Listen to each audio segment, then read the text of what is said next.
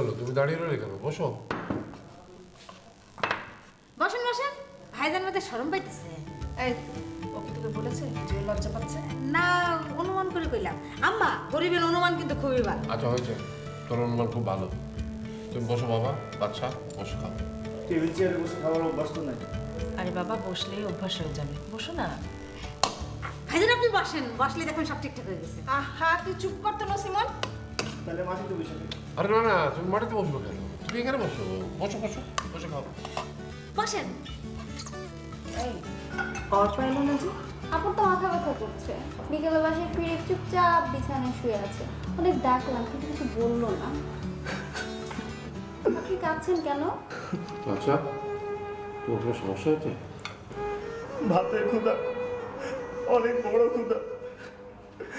3 দিন ভাত খাই নাই, শুধু পানি খাইয়ে থাকছি। আরে ভাত দেখে আজ চোখে পানি এসে পড়ছে।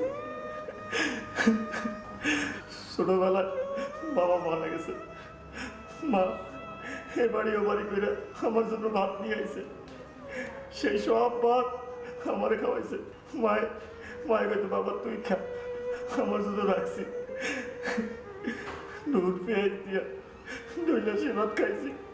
একদিন দেখি যে পাতিল দেখে মা আমার খাওয়াইতো, সেই পাতিলে পানি ছাড়ার কিছু নাই।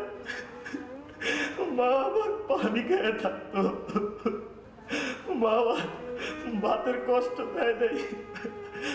আর আর সেইবারে আমি ভাত খাইতে পারতেছি না, তারাই ভাত খাইতেছি।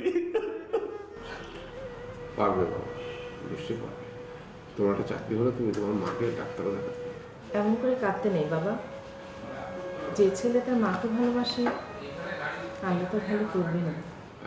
কালকে আমি ওকে একজন পরিচিত জনের কাছে পাঠাবো, একটা পিওনের চাকরি আছে ওখানে, কিন্তু ও তো পথঘাট কিছু চেনে না, যাবে কি করে?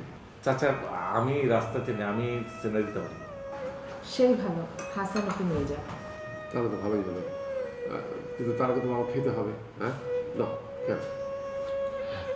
হ্যাঁ ভাই, কালকে হ্যাঁ গাও আছো।